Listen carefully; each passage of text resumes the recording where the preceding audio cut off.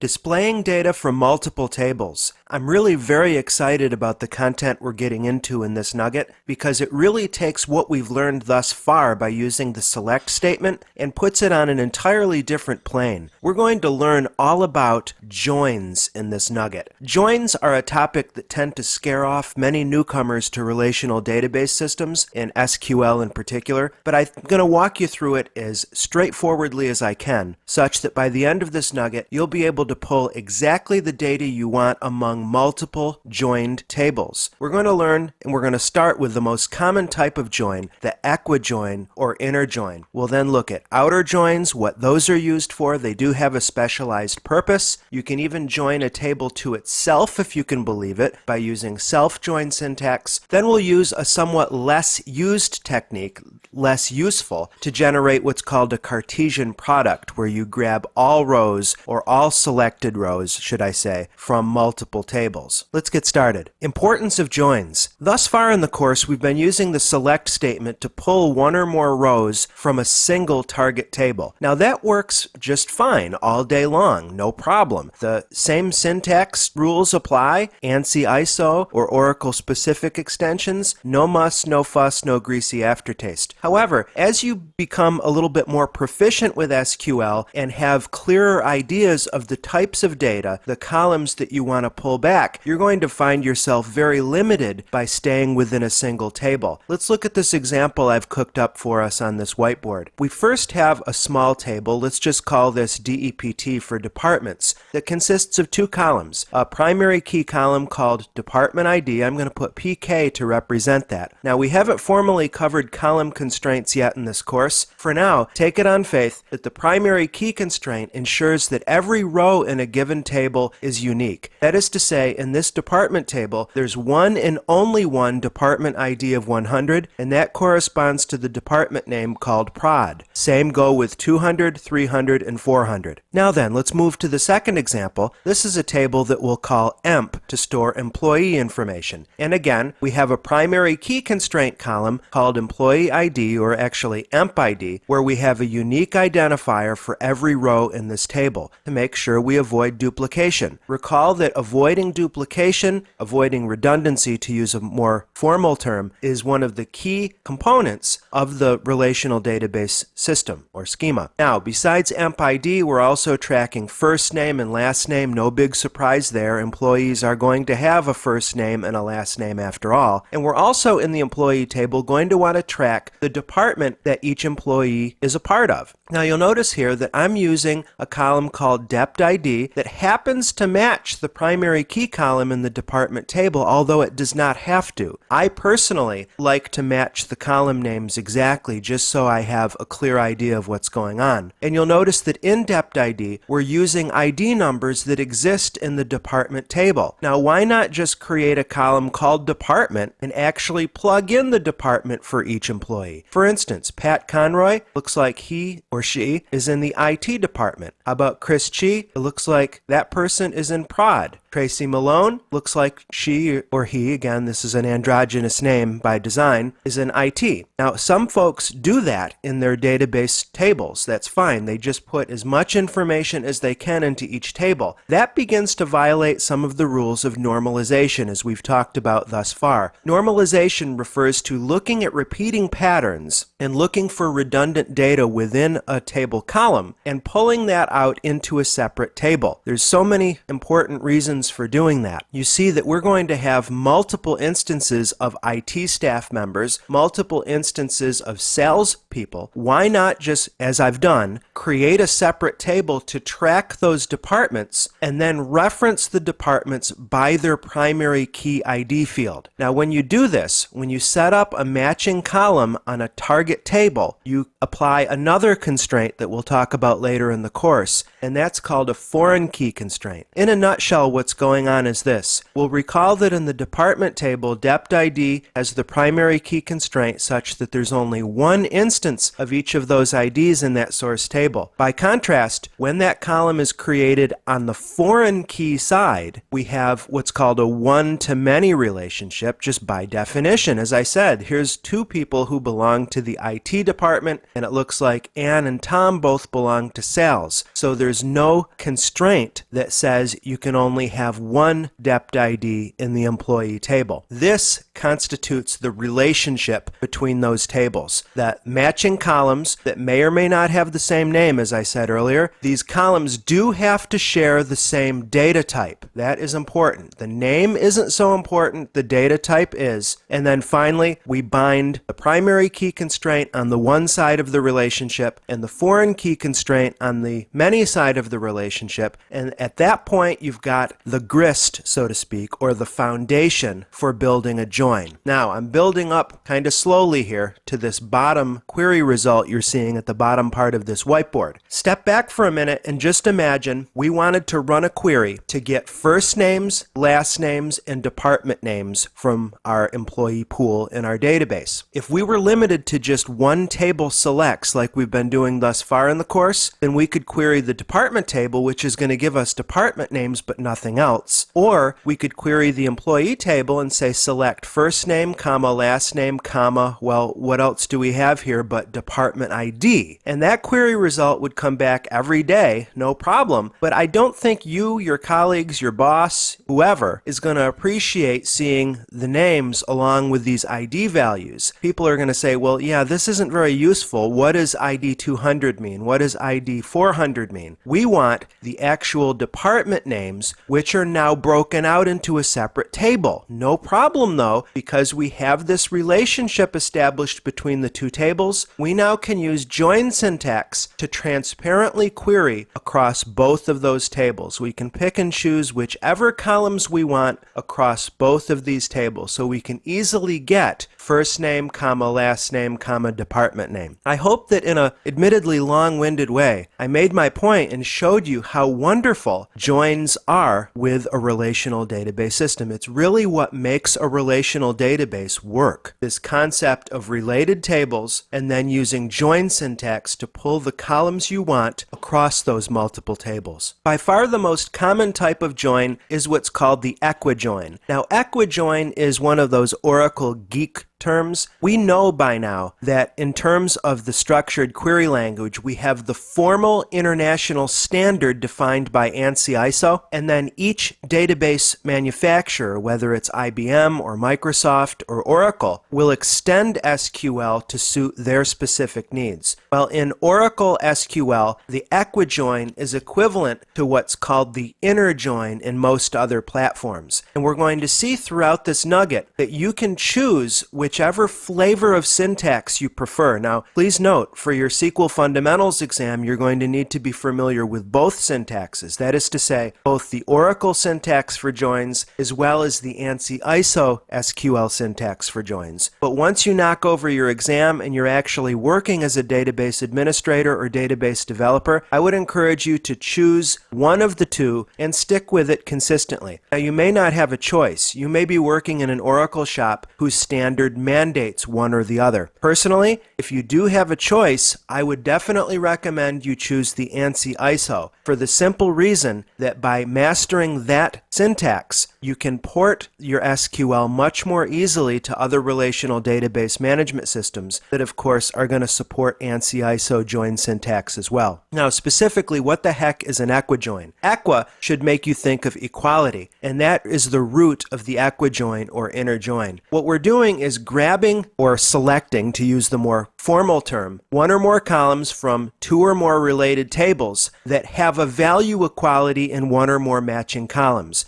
And what you see on the right is a representation of a Venn diagram. Venn diagrams are useful for logical things like joins. They're also used in psychology, interestingly enough. But what you see here, and we've actually done this in the previous whiteboard, we had the department table on one side and we had the employee table on the other. And what joined or linked those two tables was that matching dept ID column that you'll remember. So when we run our select In an equijoin or inner join fashion, we're relying upon matches between department ID values on the left side of the relationship as well as on the right side of the relationship. For this reason, ANSI ISO calls these inner joins. Now let's take a look at some examples of equijoin syntax. This first example uses the Oracle syntax, which I think on its face is intended to be a more straightforward syntax because it uses keywords that we're already familiar with. To wit, we have select and from, obviously, and we're basically inferring the join in our where clause. So let's see what's going on. We're selecting first name, last name, and department name from, and then here's another kicker. We're specifying more than one target table using a comma-separated format. Now, the order of those tables is unimportant in an equijoin. As we get into outer joins, it is significant which table you list first. But because an equijoin, you'll remember, matches on a common column, it really is 6 in one, half dozen in the other, so to speak, whether you list table 1 first or second, etc. I also want you to see we're using table aliasing. This should not be a surprise to you. So our employee or emp table we're aliasing to E, and our department table we're aliasing to D. You're going to find almost universally, friends, as you look in the literature, not just for Oracle, but any RDBMS, that when you get into join syntax,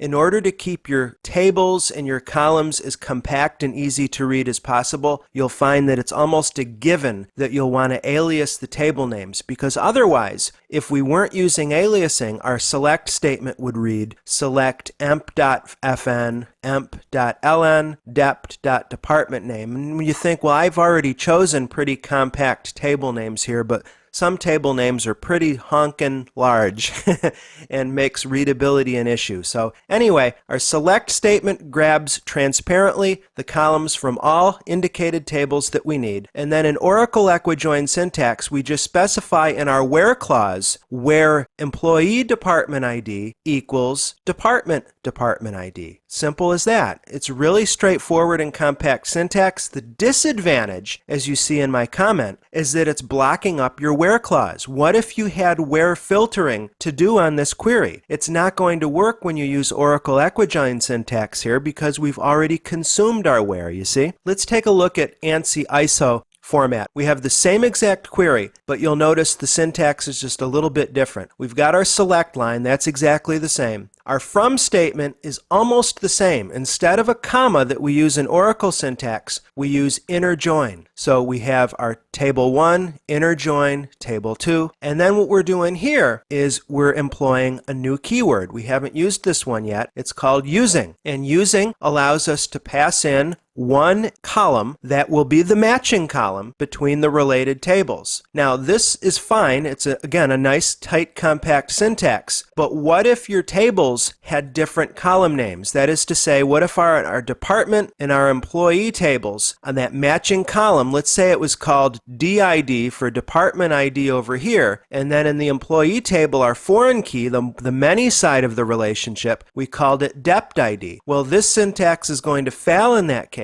because those matching columns have different names. Now remember, best practice, use the same name as well as the same data type, and that way you can employ the using syntax all day long. But you need to be aware of all three of these variants. The using mechanism is cool because you then have a full open where clause to do row level filtering. Finally, our second variant on ANSI ISO equijoin syntax, first two lines are exactly the same, but instead of using the using clause, we can specify on. Now in my experience, this is what I tend to gravitate toward just on a daily basis. I'd be interested to know what your thoughts are on that. But what's nice about the on syntax is that it opens up the where clause and it also gives us the ability to have the matching column have a different name. So we just specify on, and then I use parens, you don't have to, but I want to be as explicit as possible, and then specify the exact name, table.column name, for each of those columns indicated in the join. Pretty straightforward, I hope? Well, if you understand the equijoin or the inner join, congratulations, because you're at least 75% there to any practical use of joins in the real world. The other main join type that's going to comprise, I would say, 24.5% of the remaining percentage,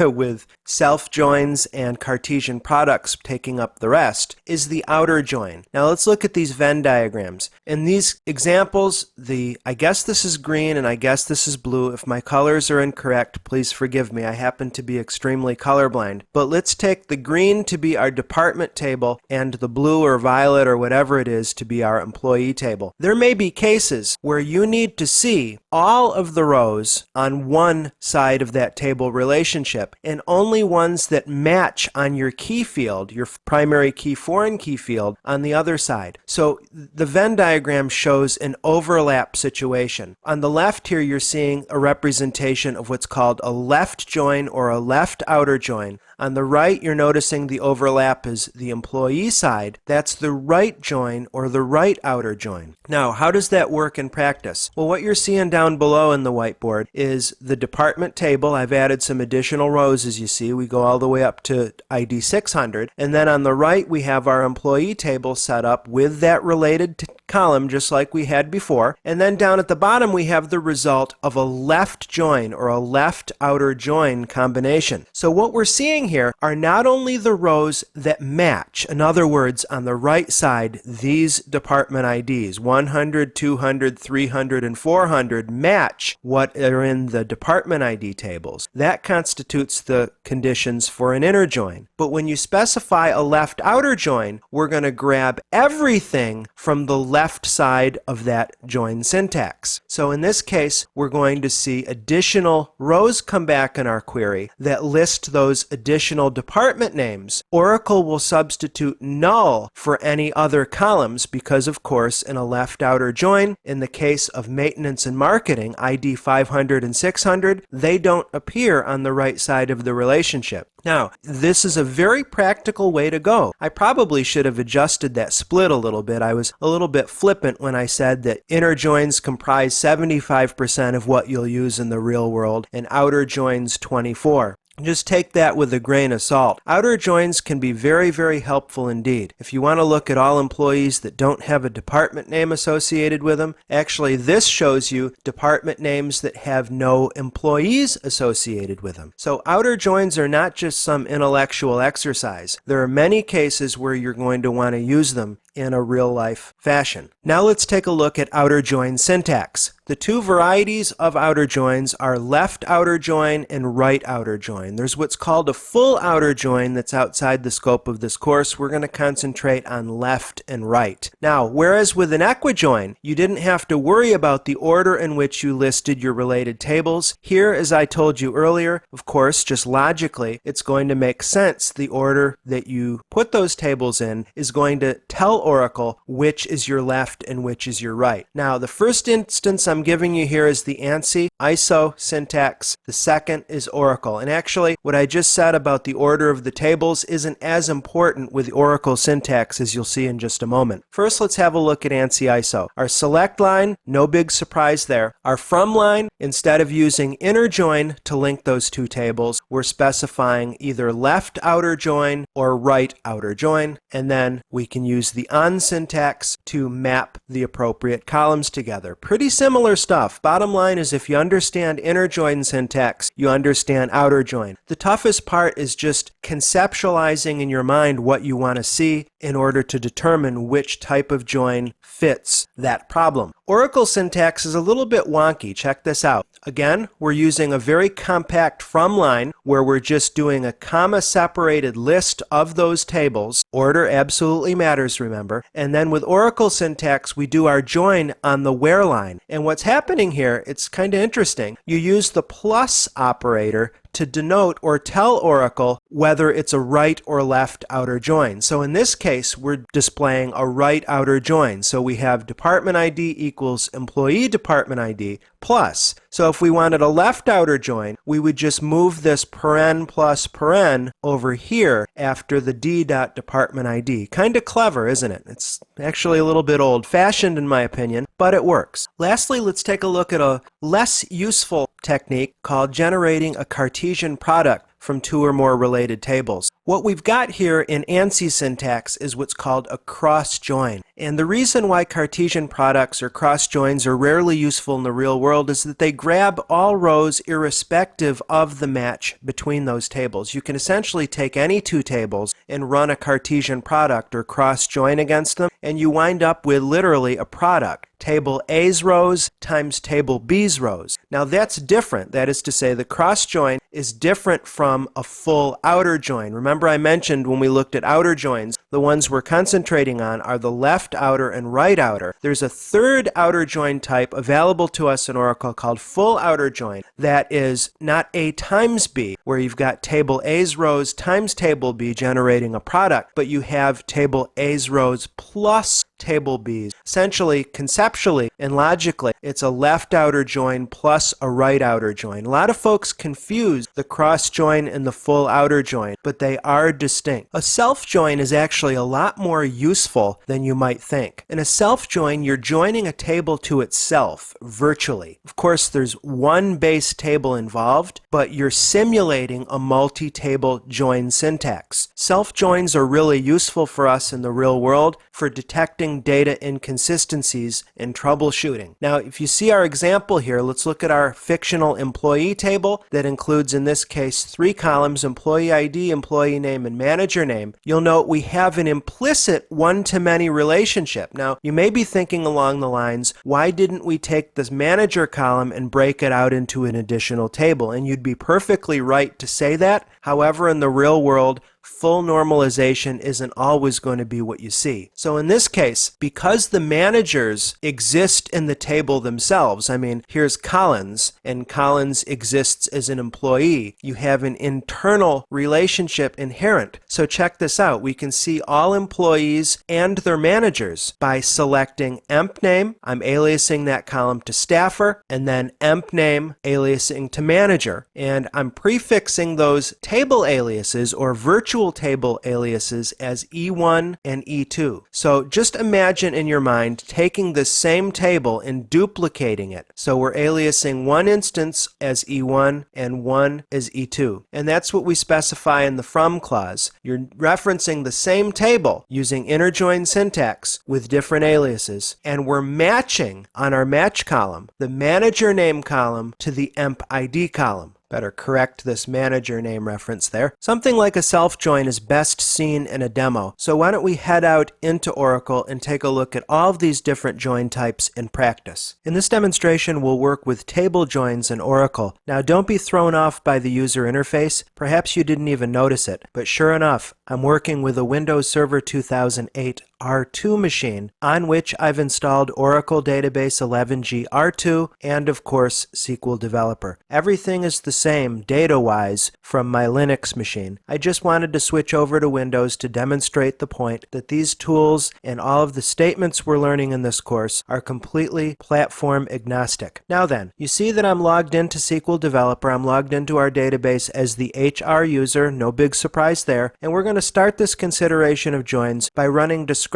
against a couple key tables. We're going to look at employees and departments from the HR schema. First, let's run describe on departments and take a look at its setup. It's a fairly small table. You see that there are just 4 columns. Our department ID column, which I will just tell you is the primary key column for this particular table, department name, and then there's actually a couple foreign keys that go to other tables, managers and locations respectively. However, for our purposes right now, I want to draw your attention only to the department ID column, and I want you to notice its data type is number 4. So if we now mosey on over to employees and run a metadata check on it, let me increase the screen a little bit. We have a primary key column called employee ID, first name, last name, blah, blah, blah. Let's go all the way down to the bottom, and sure enough, we have a matching column here called department ID, and it uses the number 4 data type. Now, you may very well be thinking very logically, now Tim, how do you know that employee ID is a primary key? How do you know that department ID here in employees is a foreign key? How do you get that kind of metadata? And the answer that I have for you, friends, is twofold. You can get that metadata using SQL or directly within our first or third-party management tools. I'm not sure where we left off here, so I'm just going to do my best. With respect to gaining constraint data on a given table, the two ways to go about that in Oracle are: one, using commands like describe and select on select data dictionary views, or number two, you can use a first-party or third-party tool. Of course, SQL Developer is a first-party tool. Now, why is this important? Well, as I just said, for us to gain metadata to figure out where or which columns specifically have the primary key and foreign key constraints respectively on those two tables, employees and departments, we can, for instance, run a describe on user_constraints. This is the data dictionary view that gives us an insight into constraints on objects that we own, and we've been working, as you know, just as a reminder, in the HR schema. If we select everything from user constraints, we see a pretty overwhelming list. We can cut that down quite a bit by just filtering on certain columns and then throwing in a where clause where table name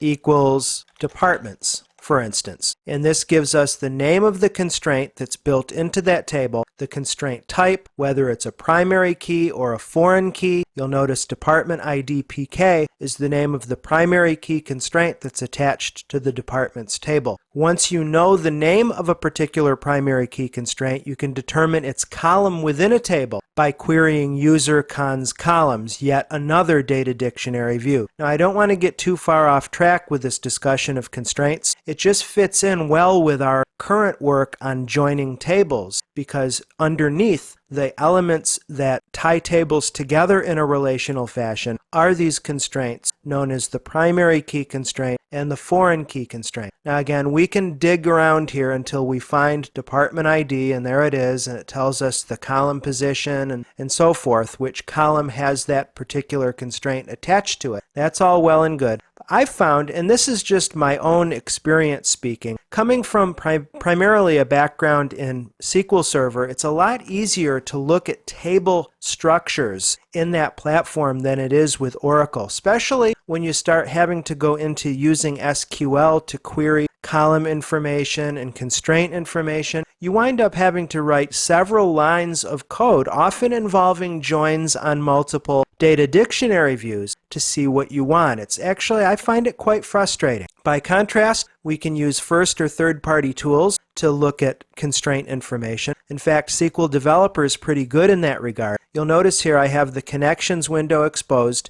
This is my current connection, and we can expand the tables node to see only the tables that we own that are in our schema. And for instance, there's departments. If we give that a double click and then hide our connections pane, we see the results of a describe statement. It gives us more than running describe from a SQL prompt. We've seen this view before. By double-clicking the table, we can look at the column structure, the data itself, and then, of course, constraints. Tells you exactly what's going on inside that table. All this stuff is well and good, but it's really academic to our current consideration, which is the join. So let's scroll down a little bit and take a look at what we've got going on. To set the stage, let's run a basic select statement against individual tables and see what we have. Selecting employee ID, last name, and department ID from employees yields the following result. If we want to see what those department IDs mean, without joins, we would have to query the departments table separately,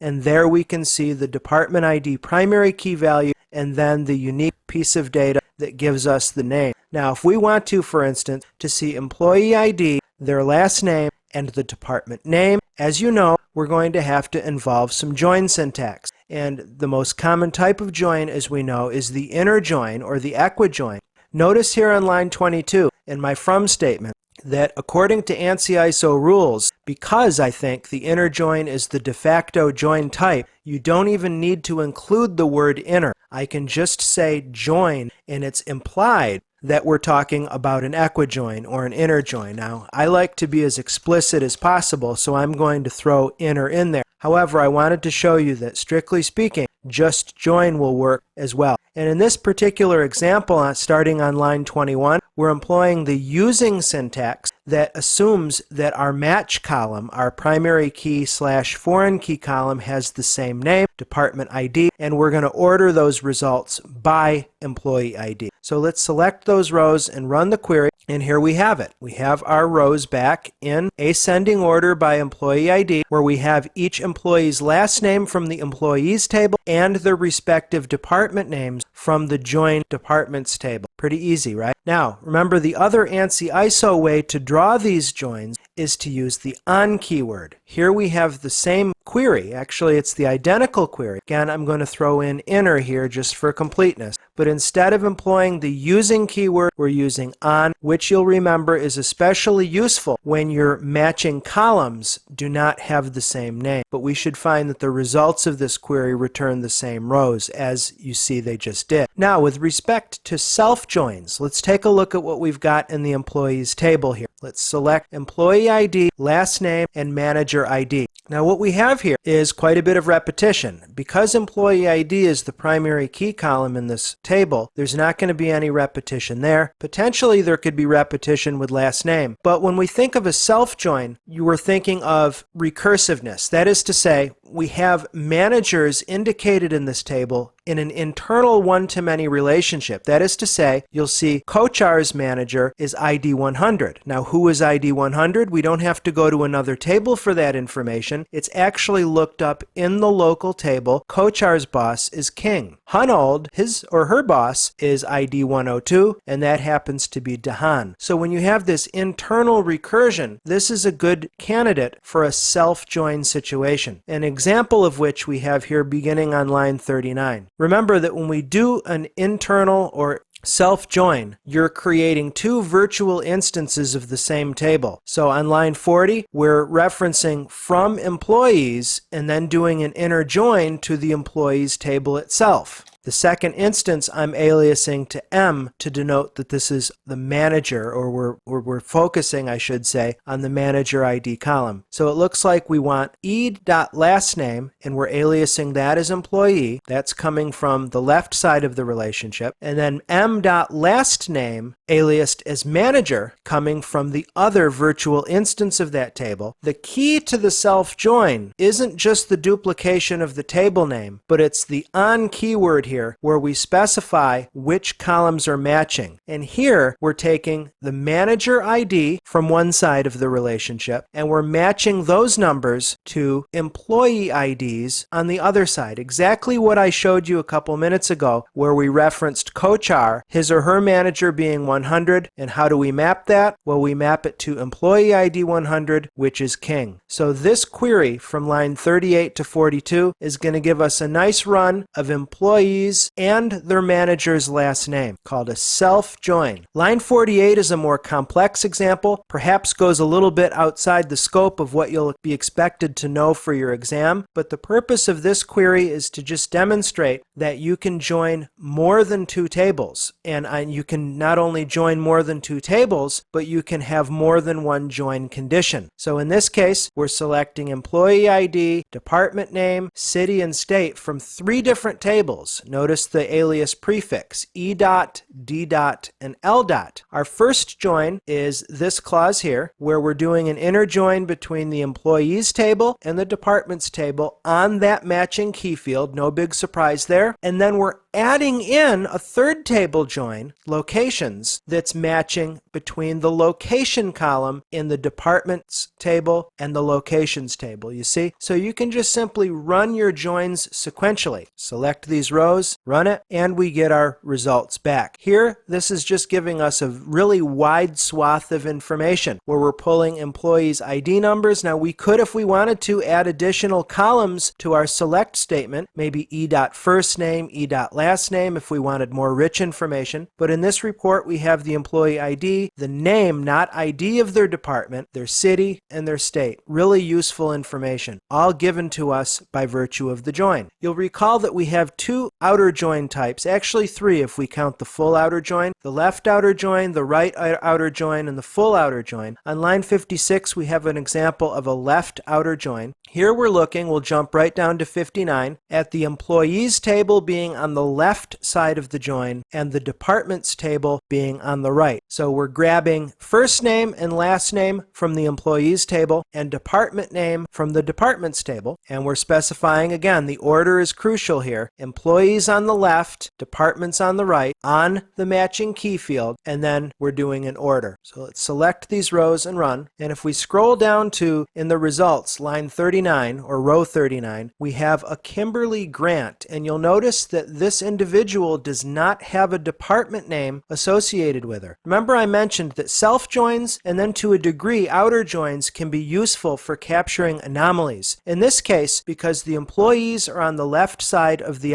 left outer join, we're not only getting results based on the matching column, in other words, where a department ID exists in both the employees and the departments table, but in this left outer join example, we're also getting all of the employees regardless of whether they have a department ID associated with them. So therefore, Kimberly Grant shows up in this list, and due to some clerical error, evidently, we don't have a department name associated with that user, you see? Good example of the left outer join and its utility. Same thing applies for the right outer join. On line 63, we have the same query formulated in opposition, where this time, on the right side, we're going to return department names that don't have any employees in them. So let's select these rows, run the query, and if we scroll through the results, we will see a whole bunch of department names for which Oracle substituted nulls for first name and last name. So the first 100-something odd rows have that match between both sides of the join on department ID. In other words, there's an employee with an associated department name. The right outer join gets you all the outliers here, as you see from line or row 107 all the way down to 122, where we have literally nobody in those departments. The full outer join, which is brought to the forefront with the full outer join syntax, is, as I mentioned earlier, different from a Cartesian product in as much as it's the equivalent of running a left outer join plus a right outer join. So therefore, we should expect to find not only our Kimberly Grant row, let me scroll down and find her. Yep, there's Kimberly Grant. She came in from the left outer join run, but we should also, if we scroll down to the bottom of the output, again, see our right outer join results, our department names that do not have any associated employees inside them. The final example we'll look at in this demo starts on line 77, and this is the ANSI ISO cross join, also called the Cartesian product in Oracle literature. The syntax here is pretty straightforward. We are, irrespective of a matching key column, simply specifying column names and then running two tables together. So in this case, we're specifying first name, last name, and department name, and we know by now that first name and last name come from employees, department name comes from departments. You'll notice that I'm not prefixing these columns with a table name. So there'll be a question here on both of our lips, I think, and that is, can Oracle successfully resolve those column names? And then the Cartesian product is simply taking the one table and combining it with the results of the second table. Let's select these rows and run the query. And as I scroll through the results here, they're absolutely huge. Almost 3,000 rows came back, and notice that there are no nulls. Let me run the full outer join one more time, and by comparison, there were only the 123 rows. So this demonstrates experientially that the cross join and the full outer join are very different constructs. Displaying data from multiple tables review. We covered a lot of good material in this nugget, and I hope you're quite satisfied with your progress thus far. At this point, you should understand the basic mechanics of the inner join, also called the equijoin, the outer join, the self join, and the Cartesian product, which we know is called a cross join. You should be familiar with both the Oracle as well as the ANSI ISO syntax for these joins, because you're likely to see one or the other or both on your live exam. We'll be continuing to build on our join syntax familiarity as we proceed through the rest of the course. I hope that this has been informative for you, and I'd like to thank you for viewing.